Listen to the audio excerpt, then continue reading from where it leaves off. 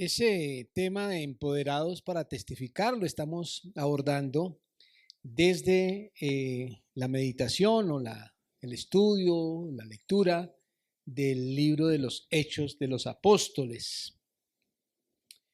Y cada domingo estamos viendo una porción, pero hay un compromiso, un desafío que lanzamos desde el comienzo de este estudio y que tiene que ver con las raíces de nuestra identidad. Ver el libro de los Hechos como esa forma de entendernos desde nuestras raíces. A propósito del adjetivo con el que se conoce a la iglesia anabautista o los hermanos menonitas en general, los radicales. Y radicales no porque seamos tercos o que no cambiemos de opinión. Radical significa que va a la raíz, ¿no? Que concebimos la fe desde la raíz, entendiendo la raíz como la palabra de Dios. En este caso, el libro de los Hechos, que nos narra el origen de la iglesia cristiana y como iglesia que somos, entendemos esas raíces para entender nuestra identidad, lo que somos. Hemos hecho énfasis, no es lo mismo ir a la iglesia que ser iglesia. Son dos cosas totalmente diferentes.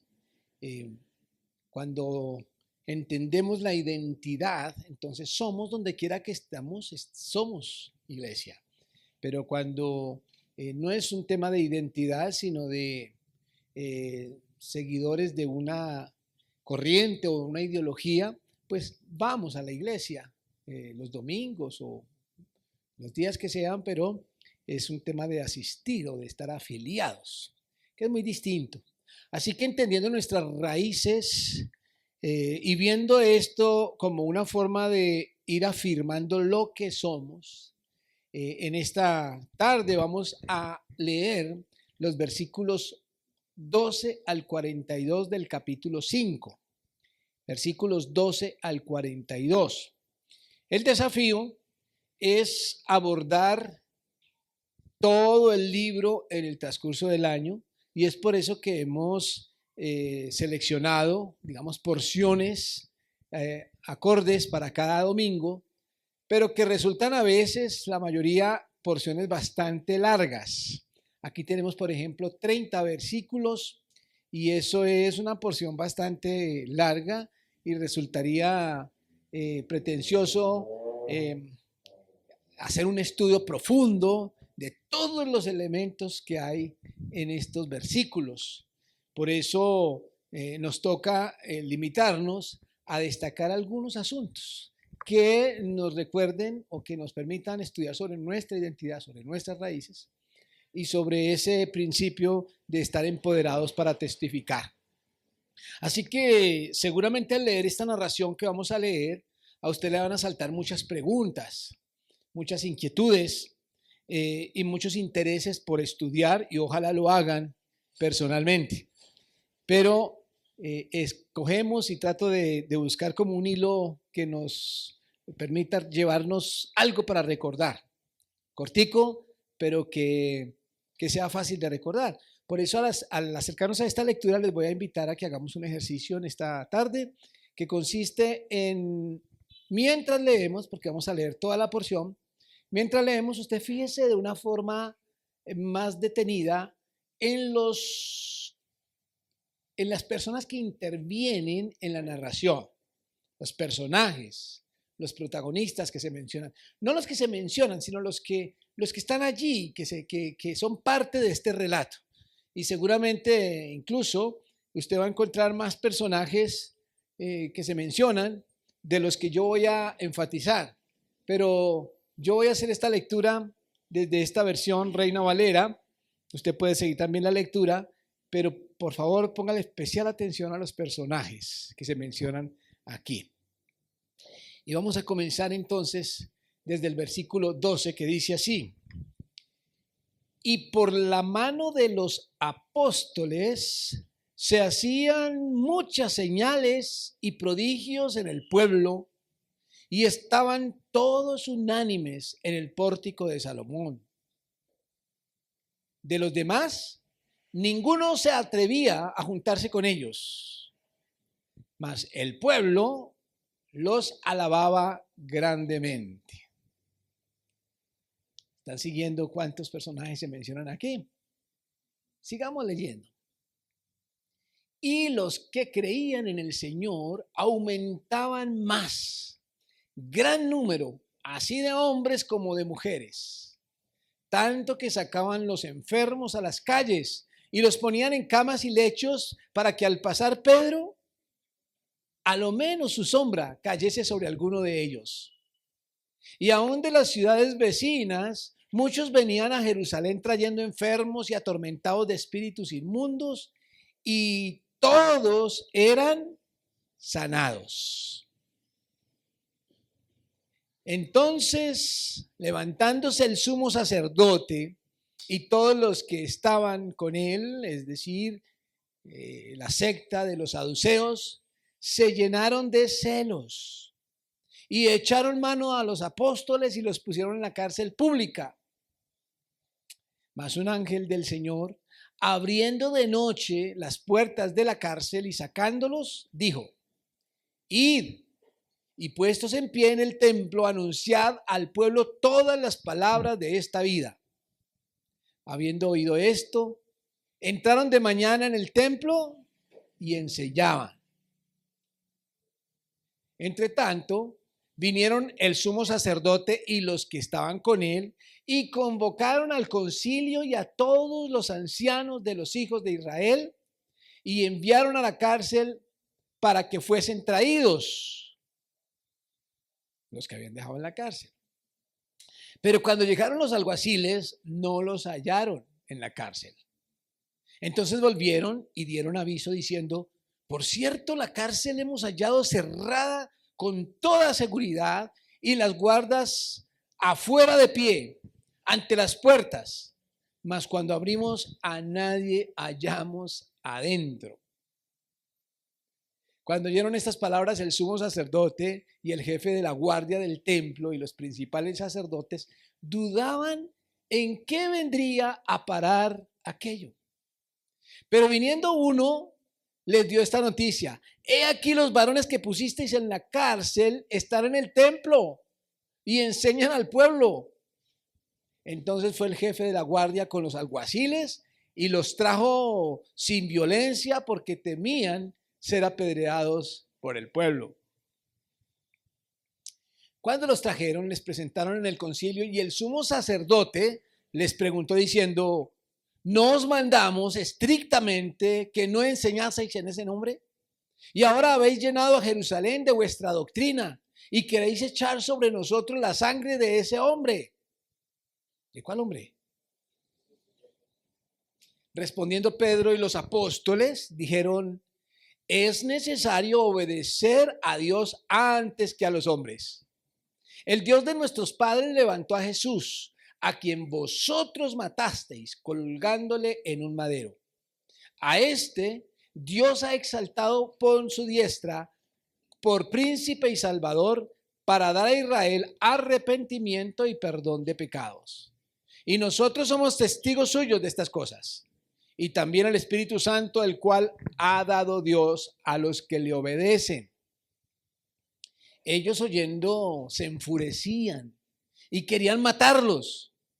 Entonces, levantándose en el concilio un fariseo llamado Gamaliel, doctor de la ley, venerado de todo el pueblo, mandó que sacasen fuera por un momento a los apóstoles y luego dijo: varones israelitas, mirad por vosotros lo que vais a hacer respecto a estos hombres. Porque antes de estos días se levantó Teudas, diciendo que era alguien. A este se unió un número como de 400 hombres, pero él fue muerto y todos los que le obedecían fueron dispersados y reducidos a nada. Después de este se levantó Judas el Galileo en los días del censo y llevó en pos de sí a mucho pueblo. Pereció también él y todos los que le obedecían fueron dispersados. Y ahora os digo, apartaos de estos hombres y dejadlos, porque si este consejo o esta obra es de los hombres, se desvanecerá. Mas si es de Dios, no la podéis destruir. No seáis tal vez hallados luchando contra Dios. Y convinieron con él. Y llamando a los apóstoles, después de azotarlos, eso sí, les intimaron que no hablasen en el nombre de Jesús. Y los pusieron en libertad. Y ellos salieron de la presencia del concilio gozosos de haber sido tenidos por dignos de padecer afrenta por causa del nombre. Y todos los días, en el templo y por las casas, no cesaban de enseñar y predicar a Jesucristo. ¿Qué tal la historia? Ya la habían leído seguramente, pero uno lee eso y algo vuelve a impactarle, ¿no? Algo te llama la atención. Un relato lleno de detalles que propio de Lucas, el relator, y que vale la pena recordar que se trata de una historia y que debe analizarse o leerse con ese cuidado de verlo como una historia. Ni Lucas, ni Pedro, protagonistas acá, el escritor, personajes, ni el Nuevo Testamento nos permite leer esto y establecerlo como un relato o como una afirmación con respecto a lo que debemos hacer o no hacer, o con respecto a lo que va a suceder o no va a suceder. Es un relato de lo que sucedió y con ese cuidado debemos acercarnos a este escrito. Pero miremos entonces estos personajes que aparecen aquí y qué nos deja ver del comienzo de la iglesia, de nuestras raíces, cada uno de estos personajes de acuerdo a la historia que se cuenta. ¿Cuál es el primer personaje que aparece, que se menciona? ¿Cuál es? Empezando. ¿Quién? Bueno, algunos dicen los apóstoles. Bueno, si estuviéramos haciendo un quiz, una evaluación, si estuviéramos en clase, se ganarían su primer 0. Porque sí, le llama a uno la atención la palabra apóstoles, pero lean bien como dice. Y por mano de los apóstoles, ese es el medio, ¿cierto? Por mano de los apóstoles, se hacían, ahí sí está el verbo, la pregunta es, ¿quién hacía? ¿Quién hacía muchas señales y prodigios en el pueblo? Pues tal vez no se mencione un nombre, pero inmediatamente nos remite al capítulo 3. Y seguramente ustedes, los que estuvieron cuando se estudió el capítulo 3, recordarán que el primer milagro sucedió precisamente en ese pórtico, en el pórtico de Salomón. ¿Recuerdan? Un cojo de nacimiento. Y cuando Pedro sanó a este cojo, la gente se admiró y llegaron a buscarlos, los tomaron a ellos.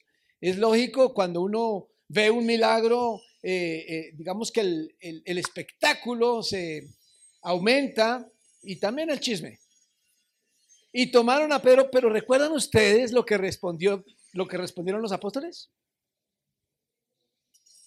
Eso fue cuando hicieron el milagro, ¿cierto? No tengo oro ni plata, mas lo que tengo te doy, pero en el nombre de Jesús.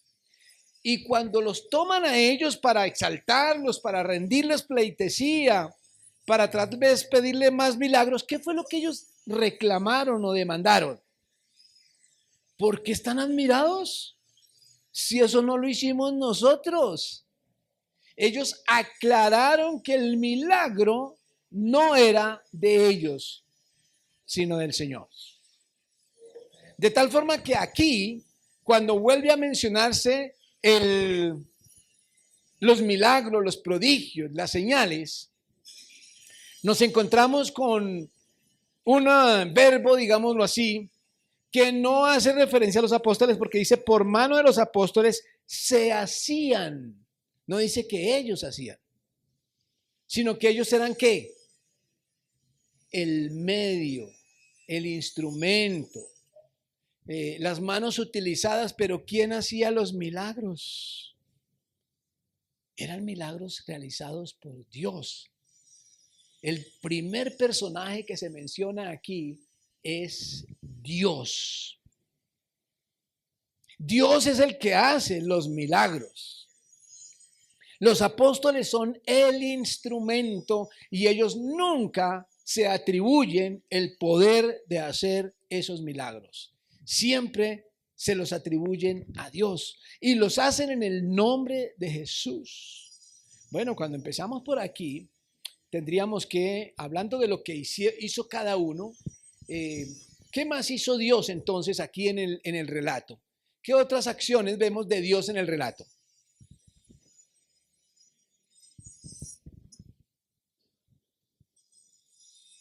¿Recuerdan la historia bien? Hagan de cuenta que están contando una película.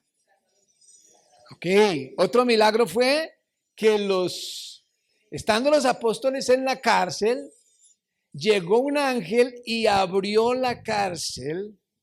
No dice que los apóstoles atravesaron la reja, sino que él abrió la cárcel y los sacó. Era un ángel muy juicioso porque volvió a dejar la cárcel cerrada, ¿cierto?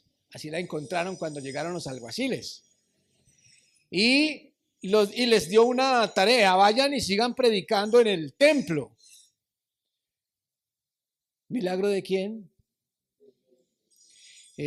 No vemos a los discípulos rindiéndole pleitesía o adoración al ángel. No empezaron los discípulos desde ese momento a enseñar y hablar de el ángel de los presos, el que nos saca de la cárcel, o nuestro ángel de la guarda. Ni se dedicaron a orarle a ese ángel, ni nada. Pues ese ángel es un invitado allí. Es como lo indica su nombre, ángel, mensajero. Un mensajero. ¿Pero de quién? Todo mensajero tiene un enviador. Así que el milagro, una vez más, es de Dios y el ángel es el instrumento. No hay ningún tipo de prueba o de testimonio con respecto a atribuirle ese poder al instrumento, sino a Dios. Vemos aquí a Dios haciendo milagros y es algo de lo que empieza a marcarnos a nosotros una forma de entender nuestras raíces. Es Dios quien se atribuye el poder. Y el poder no solamente implica esa capacidad para hacer el milagro, sino también la soberanía y la voluntad para decidirlo, para decir sí o no. De este punto de partida, tenemos que decir que todos los milagros dependen de Él y están sometidos a su soberana voluntad. Yo pregunto, siendo esa nuestra raíz, habiendo sucedido cosas como estas en el comienzo de la iglesia, ¿será que esa posibilidad de milagros estaba remitida al origen de la iglesia? ¿Estaba limitada a cuando todo comenzó para que la gente empezara a creer? Lo digo porque es la opinión de algunos. ¿O será que Dios puede hoy en día todavía hacer milagros? El texto ni lo afirma ni lo niega, lo relata. Pero Dios es el mismo. Dios puede hacer milagros. Es muy interesante el uso de la palabra señales. Dice que se hacían muchas señales, ¿no? Esa palabra es un sinónimo, digamos, de milagro, pero tiene una connotación muy particular. Concepto de señal quiere decir que es un milagro hecho con el propósito de enseñar algo. Señal es que te está marcando algo. Hay uno de los evangelios, que es el evangelio de Juan.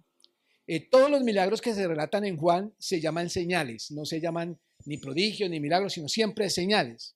Y es un énfasis en que cada cosa que Jesús hizo, lo hizo con el propósito de enseñar algo, de hacer una señal. Recuerden, por ejemplo, cuando Él multiplicó los panes, que al día siguiente todo el mundo lo andaba buscando y rindiéndole pleitesías: maestro, ¿dónde estabas? Y Jesús les dice de una: ustedes no me estaban buscando porque entendieron la señal, sino porque barriga llena, corazón contento, porque querían ahora el almuerzo. Se les despertó un interés por los actos milagrosos de Jesús, pero no entendían la señal. Y ese día le tocó explicar, entraron en todo un detalle, los detalles con respecto incluso al maná que cayó en el Antiguo Testamento. Y él dice: yo soy el verdadero pan que descendió del cielo. Era una señal de lo que significaba Jesús. Los milagros tienen un propósito de enseñar. A veces nos limitamos al milagro, a la búsqueda de un bien material, físico o social, y no entendemos las señales. Dios todavía puede hacer milagros, pero siempre dependen de su soberanía. Es impactante escuchar el testimonio de Gustavo y Sandra esta mañana ante la muerte de su hijo de 27 añitos, quien se enferma de un cáncer de repente. Le duró, por lo menos el diagnóstico, alrededor de 6 meses, no más. 27 años. Y estuvimos orando por su sanidad. Y ellos estuvieron rogándole al Señor por su sanidad. Pero verlos decir que llevárselo es una muestra de la misericordia de Dios. En poder ellos entender que fue la soberana voluntad de Dios y decir: gracias, Señor, y despedirlo en la paz que lo despidieron, es algo que edifica a cualquier persona. Mientras tanto, mi suegro, con 88 años, se encuentra en un cuarto de hospital y todos, la familia alrededor de él, somos creyentes. Pero al tomar decisiones sobre los procesos con él, nos preguntamos, algunos piensan ya: no, es que él ya está en las últimas, él se va, faltan días, se va a ir. Mientras que otros lo vemos y decimos, yo le decía ayer a un concuñado, yo lo veo saliendo del hospital, no sé por qué, pero yo no veo que él esté en un estado terminal, está crítico, pero él tiene 88 años igual. ¿Y cuál es la duda? Que no sabemos cuál es la voluntad de Dios. No sabemos. Esa idea de que fe es declarar algo y saber qué va a pasar y poner la seguridad de que va a pasar es quebrantar la soberanía de Dios. El creyente no es soberano. Nuestra fe no manipula a Dios ni lo obliga a nada. Él decide. Estos discípulos fueron sacados de la cárcel, pero después murieron torturados. Hubo un día en que ya Dios no los sacó de la cárcel y no los libró de la muerte, porque Dios decide cuándo hace las cosas. Él es soberano y Él es el que toma las decisiones. Más adelante se mencionan otros personajes, como unos que simplemente aparecen como los demás, ¿no? Los demás, versículo 13 dice: los demás. ¿Quiénes son los demás? ¿Y por qué dice demás? Es decir, ¿cuáles son los unos? Los unos son los que se la pasaban en el pórtico de Salomón predicando y enseñando, ¿cierto? Pero ¿quiénes son los demás? El resto de la gente, ¿cierto? Y yo supongo que puede referirse sobre todo a los demás judíos que no habían creído en Jesús, o que Jesús fuera el Cristo. ¿Y qué nos cuenta el texto, este relato que acabamos de ver? ¿Qué nos cuenta de los demás? ¿Cuál es el papel de los demás en este relato? ¿Qué dice? Versículo 13. ¿Qué dice? Ninguno se atrevía a juntarse con ellos. Encontramos en medio de los milagros y señales y la popularidad que iba creciendo de esta iglesia allá en el Pórtico de Salomón, un lugar muy importante, como lo compartía Hernán hace unas semanas, y cómo iba creciendo el número, pues habían unos demás que miraban y decían, no nos juntemos con esa gente, con esa chusma, ¿cierto? Ellos no se juntaban, no se atrevían. Bueno, vemos el surgimiento desde un comienzo de una número de personas en oposición o por lo menos indiferentes que despreciaban. No les interesaba el asunto, pero sobre todo no querían juntarse porque no querían ser identificados con ellos, ¿no? Que no nos vean, que no nos tomen fotos con ellos. Esos son los demás. También se mencionan en ese mismo versículo el pueblo. Tal vez están ahí confundidos un poco, pero los menciona por aparte, dice más el pueblo, es decir, que se refiere a otro grupo de personas. ¿Y cuál es el protagonismo del pueblo? ¿Qué dice del pueblo? Los alababa grandemente. Es decir, habían en los espectadores de todos estos espectáculos, de todos estos milagros y señales, y en medio de la predicación del evangelio, surgen dos grupos. Unos que no quieren saber ni que los confundan con ellos, pero otros que miran y dicen, wow, esta gente es admirable. Tal vez por los milagros, tal vez como hemos visto en capítulos anteriores por su comportamiento, por su conducta, tal vez por esa armonía que había entre ellos, donde se cuidaban unos a otros, veían por las necesidades unos de otros, pero el caso es que también despertaban admiración. Desde un comienzo entonces nos encontramos con público que discrimina, que rechaza y que no quiere ser confundido, mientras que otros, aunque no son de ellos, pero se sienten admirados. Eso es algo muy común. Y otra vez tengo que hacer referencia al tema del caso de la familia Barbosa, porque esta semana estuvimos en digamos, acompañamiento, en el funeral. Era un joven músico, violinista, incluso su invitación dice: el violinista Diego Barbosa ha descansado en la paz del Señor, ¿no? Pertenecía a diferentes grupos de música, daba clases, era un virtuoso, así que en ese lugar, en la funeraria, en la capilla donde estábamos, había mucha gente de diferentes grupos.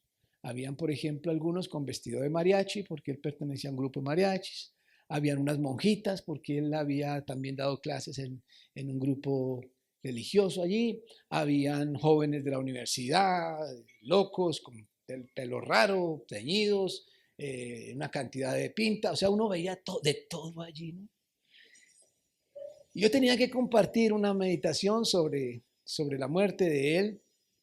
Y por supuesto Gustavo y Sandra, como sus padres, recibían el abrazo y el consuelo de todas las personas. Muchos de ellos, por ejemplo, los mariachis, me llamaron mucho la atención, o sus amigas de la universidad, que llegaban con las lágrimas rodando por sus mejillas y se encontraban con unos padres sonrientes, tranquilos, en paz, sin escándalos, y tranquilos de que su hijo había descansado, incluso agradeciendo porque había dejado de sufrir como había sufrido los últimos días.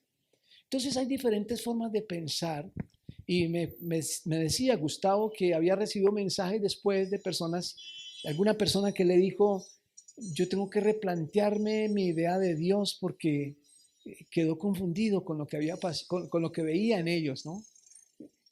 Con respecto a lo que uno esperaba. Hay gente que cuando ve el testimonio de un creyente puede decir: yo no quiero saber nada de esto. Y yo veía los rostros, algunos como mirando para otro lado, como diciendo: ¿a qué horas irá a acabar este señor? Mientras que habían otros muy atentos.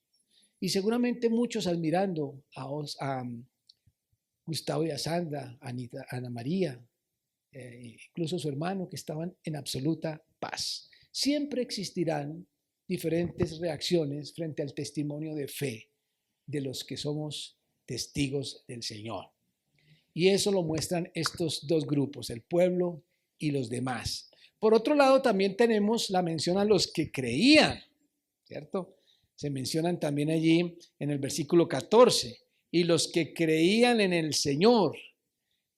Es otro grupo, también es de los que estaban allí, pero estos tienen una particularidad y es que creían. ¿Qué nos dice de los que creían?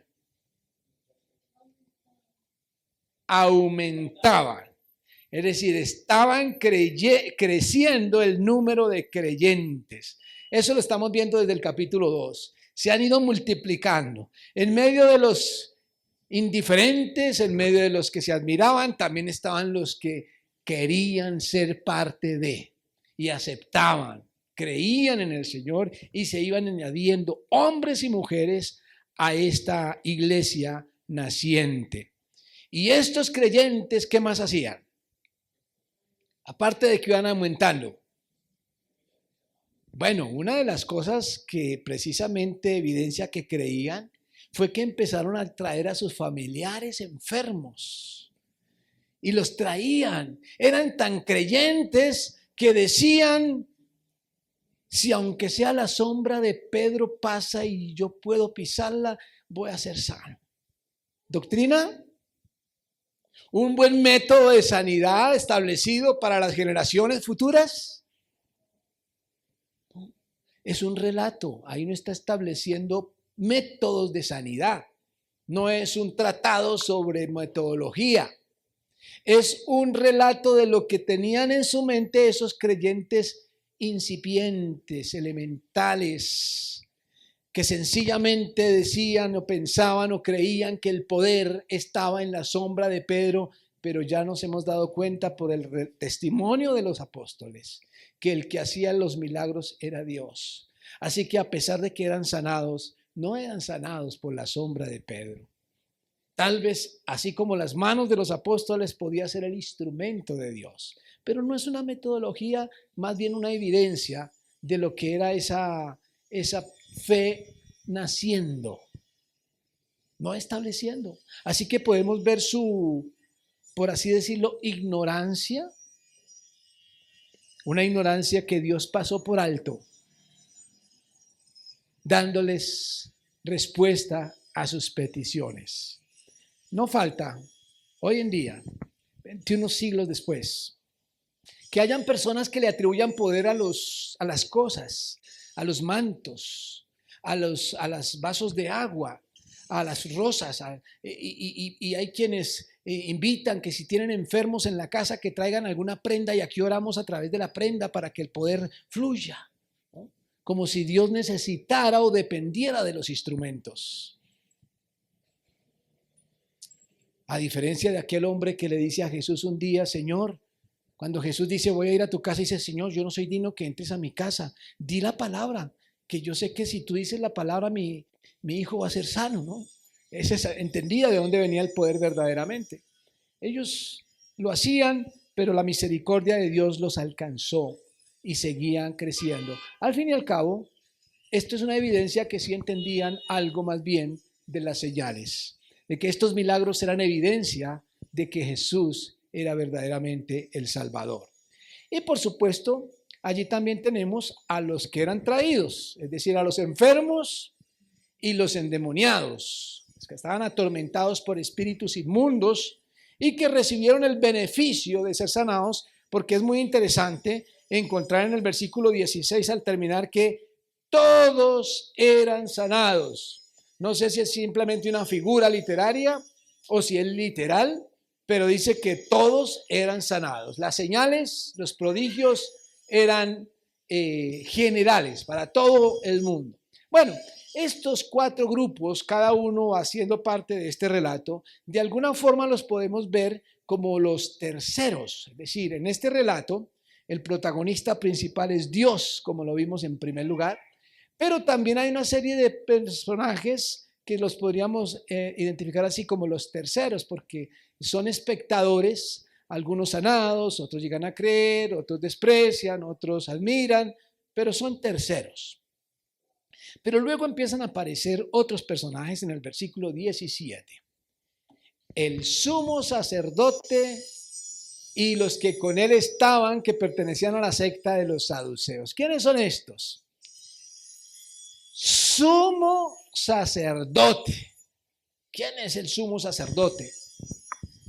Para resumir, el máximo representante de Dios para los judíos. La máxima autoridad religiosa de los judíos. Un personaje que, como su nombre lo indica, sacerdote, es un mediador entre Dios y los hombres. Y rodeado de estudiosos, una secta del judaísmo, todos creyentes en Dios. ¿Qué es lo que aparecen haciendo estos personajes? ¿Cómo? ¿Se llenaron de qué? Celos. Qué interesante. ¿Qué esperaríamos si no supiéramos el relato? ¿Qué esperaríamos que hicieran los religiosos al ver las maravillas de Dios? Pero ellos no. Eso, ¿cómo así de celos? ¿Por qué celos? ¿Celos de qué?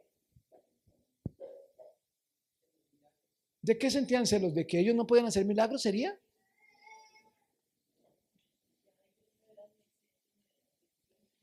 Yo creería más bien que ellos no tenían el número de seguidores que estaban teniendo ahora los apóstoles gracias a esos milagros y maravillas.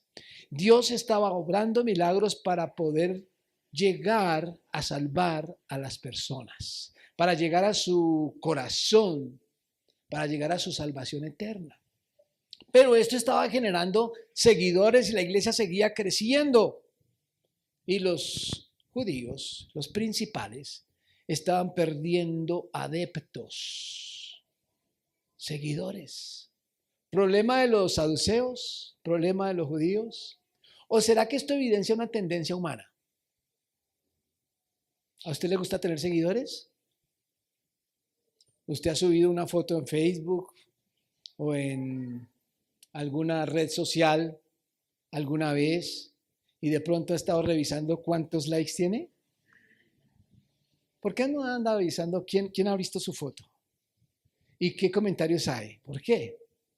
Porque somos dados a buscar ser admirados, ser seguidos. Eso es un sentimiento humano natural. ¿Quién me está siguiendo? Pero el que tiene poder, eso se magnifica. El que tiene poder necesita seguidores y depende de ellos. Hoy estamos en un día de elecciones. ¿Y de qué depende ganar las elecciones? De tener seguidores. Los fariseos, los saduceos, los judíos, los sacerdotes, los principales, toda esta gente dependía de tener seguidores. Y entonces estaban llenos de celos. ¿Y qué decidieron hacer? Echar mano a los apóstoles y meterlos a la cárcel. Una práctica bien interesante y muy común para librarse de los enemigos, ponerles alguna razón para ser echados en la cárcel. Estos los echaron en la cárcel. Se menciona entonces a esta gente celosa. ¿Quién más aparece aquí? El concilio y los ancianos. Porque después de echarlos a la cárcel, resulta que los apóstoles aparecen predicando otra vez en el templo sin haber tenido permiso de salir de la cárcel por un acto milagroso. Y entonces, cuando les traen la noticia, se rascan la cabeza y dicen, ¿y esto qué es? Dice que, ¿cómo es que dice? Que pensaban en dónde iba a parar todo esto, ¿no? ¿Qué irá a pasar con esto tan raro? ¿Saben por qué? Porque es que el que no quiere creer, ninguna prueba le sirve. El que no quiere creer, ninguna señal le sirve. Cuando alguien creer, que era lo que veíamos en el grupo anterior, es un acto de la voluntad y de una decisión humana. Si alguien decide no creer, no cree aunque le demuestren de cualquier forma. Siempre va a haber disculpas, siempre va a haber explicaciones a los milagros con tal de no atribuirle a Dios lo que le pertenece a Dios. Y entonces ellos en lugar de decir, aquí está Dios haciendo o obrando, lo que hacen es volverlos a llamar, tráiganlos, pero tráiganlos con cuidado porque de pronto el pueblo se alborota y nos apedrea. En esa época apedreaban, cuando la gente se ponía brava seguramente. Una práctica de la que nosotros somos también testigos, ¿no? Y entonces para evitar eso, tráiganlos pero sin violencia, traten como que de invitarlos a que vengan. Así que van a traerlos, pero reúnen a este otro grupo. Entonces ya no solamente está el sumo sacerdote y los saduceos, sino que reúnen a todo el concilio, a todos los gobernantes, a todos los ancianos, para ver qué deciden hacer con esta gente. Pero la idea es callarlos a como dé lugar. Por otro lado están los alguaciles. Los alguaciles son los que van y dicen, ¿y dónde están los presos? Y no los encuentran. Traen razón. Son los que los encuentran predicando. Pero todos estos ven. Es muy interesante que los que dan testimonio del milagro no son apóstoles ni discípulos. Son los mismos alguaciles que dicen, acabamos de ver esto. De ellos reciben el testimonio y no saben qué hacer. Y por otro lado tenemos que mencionar también a este hombre que se menciona con nombre propio. En medio de todo este grupo del concilio hay un hombre llamado Gamaliel, doctor de la ley, fariseo, creo. ¿Sí? Ahí decía fariseo o no. Fariseo, ¿cierto? Fariseo, muy conocedor, que aunque pertenecía al grupo y estaba en el mismo proceso, pues parece que a él le sirvió un poquito más el doctorado. Por lo menos tenía algo de lógica y de decir, venga, al menos había estudiado, tenía la capacidad de reflexionar sobre lo que había sucedido. Y entonces él dice, venga, esperen, cálmense, no nos aceleremos, pensemos. Ya han habido más personajes como este al Jesús, ¿cierto? Ya han habido otros revolucionarios que han levantado gente y han conseguido likes, seguidores. Pero una vez mueren, se acaba todo. Aquí no dice cómo murieron, ¿no? Pues si tenemos en cuenta que a Jesús lo mataron, uno se pregunta, ¿sería que a esos también los mataron? No sé. Pero el caso es que murieron y se acabó el movimiento. Entonces yo no sé qué corazón tendría Gamaliel, pero lo que sí dice es, si este es igual a los anteriores, va a pasar exactamente lo mismo. Ya se murió, pues esperemos a ver si también se disuelve la gente. Y si no, si esto es de Dios, pues aunque hagamos algo, no se va a acabar. Y es mejor que no seamos hallados luchando contra Dios. Así que da un consejo sabio y entonces dice que ellos aceptan, el hombre es tan sabio que logra convencerlos a todos y todos se calman. Dice, pero vengan, que sea démosles una muenta antes de irse, ¿cierto? Aunque sea así para que no perdamos la traída. Y les dan su muenta y ellos en lugar de salir a demandar o a protestar o reclamar, salen gozosos. Uy, nos dieron una muenta por el nombre del Señor. Qué privilegio haber sido azotados por dar testimonio, dicen ellos, salen felices. Este grupo lo vamos a conocer como los antagonistas en esta película, en este relato.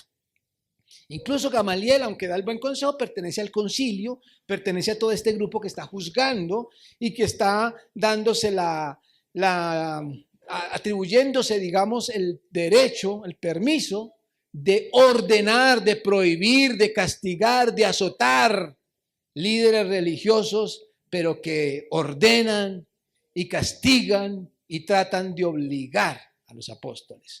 Unos antagonistas del testimonio de los apóstoles. Pero por otro lado, y para terminar, tenemos ahora sí a los Pedro y los apóstoles. Los pongo aparte porque son un solo grupo, pero es que aquí aparecen mencionados así. Aunque los menciona a todos, destaca a Pedro, lo cual parece interesante porque indudablemente la figura de Pedro es significativa, es un líder en esta primera parte del libro de los Hechos y por lo tanto podemos hablar de él como de alguien que Dios escogió para tareas específicas y como el que toma la iniciativa en muchos de estos relatos. Pero están allí todos los apóstoles. ¿Qué nos dice el relato de este grupo? En medio de que son llevados a la cárcel, que dicen también no podemos obedecer a los hombres antes que a Dios, versículo 29 dice, respondiendo Pedro y los apóstoles, noten bien, Pedro y los apóstoles, dijeron, es necesario obedecer a Dios antes que a los hombres. Pero luego empieza a relatar, dice, el Dios de nuestros padres levantó a Jesús, a quien vosotros matasteis, colgándole de un madero.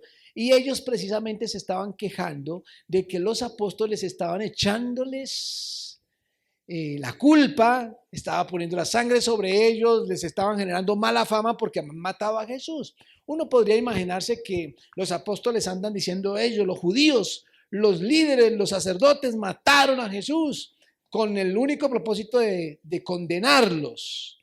Pero lo interesante es que en el discurso de Pedro, después de que dice que lo mataron, lo colgaron de un madero, dice el versículo 31.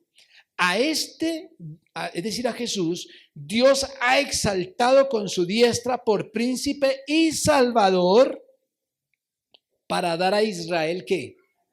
Arrepentimiento y perdón de pecados. ¿Cuál es el propósito de Pedro al decir ustedes lo mataron? Hay una esperanza de salvación. No importa si ustedes lo mataron. Lo importante es que Dios da la oportunidad de arrepentimiento y perdón de pecados. El propósito es invitarles al arrepentimiento. El propósito no es condenarlos, juzgarlos, confrontarlos, ponerlos en contra del pueblo. El propósito es invitarlos a la salvación, al arrepentimiento y a la búsqueda de Dios. Pero esto muestra esa disposición de Pedro y los apóstoles a seguir dando testimonio a pesar de cualquier cosa. Y quiero destacar el versículo 32. Dice Pedro, y nosotros somos testigos suyos de estas cosas. Noten cómo se identifica Pedro.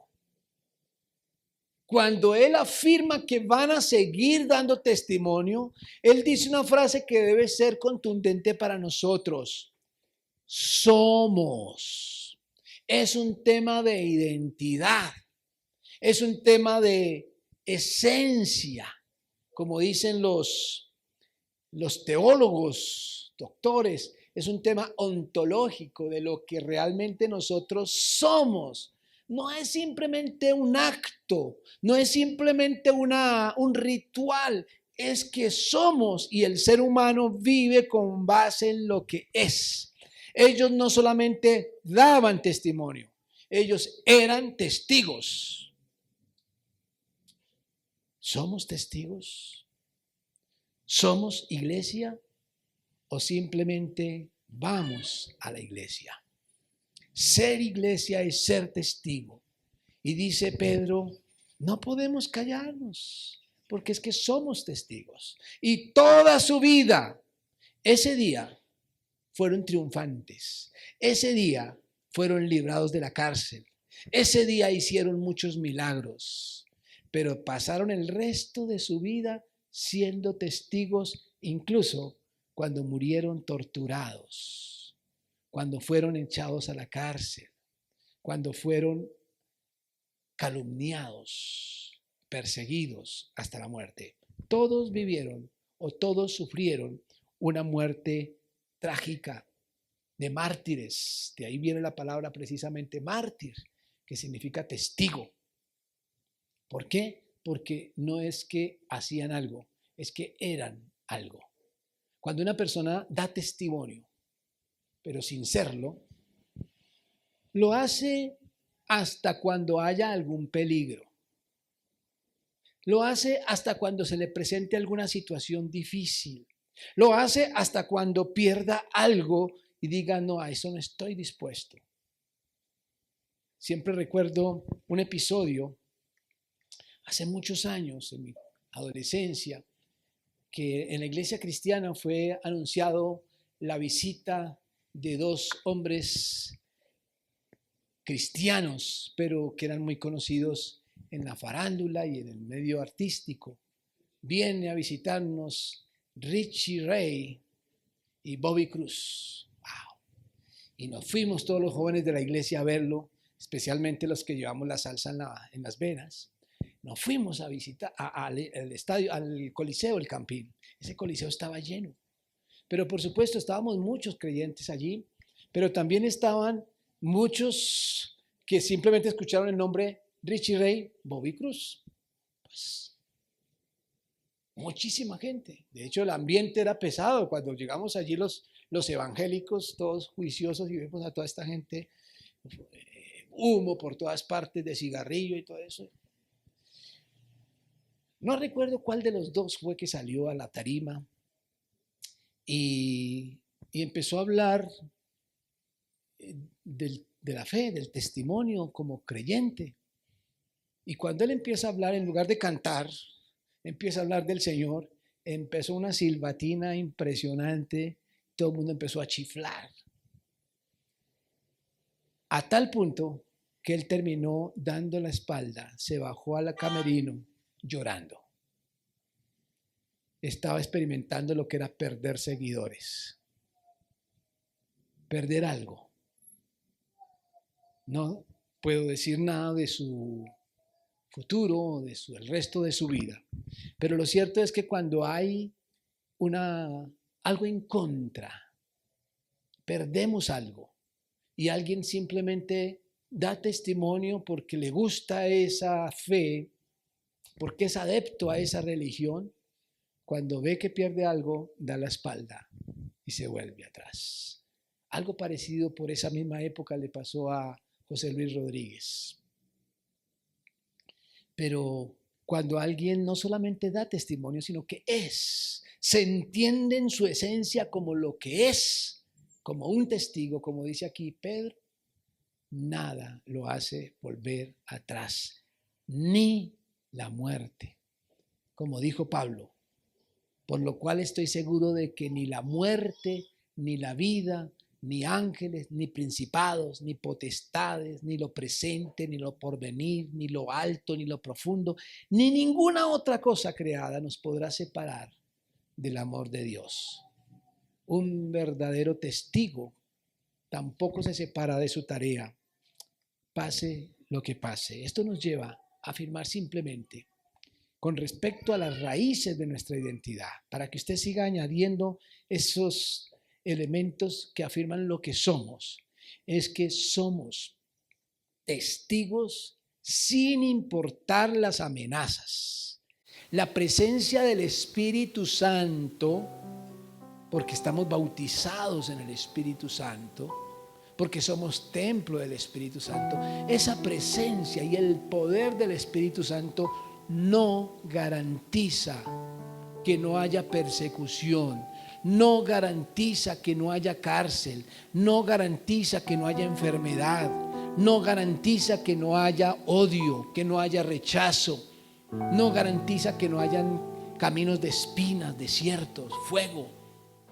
Lo que garantiza es que tú tienes el poder para dar testimonio en medio de cualquier situación. Que Dios nos permita ser testigos. Padre, te agradecemos por llamarnos, por empoderarnos,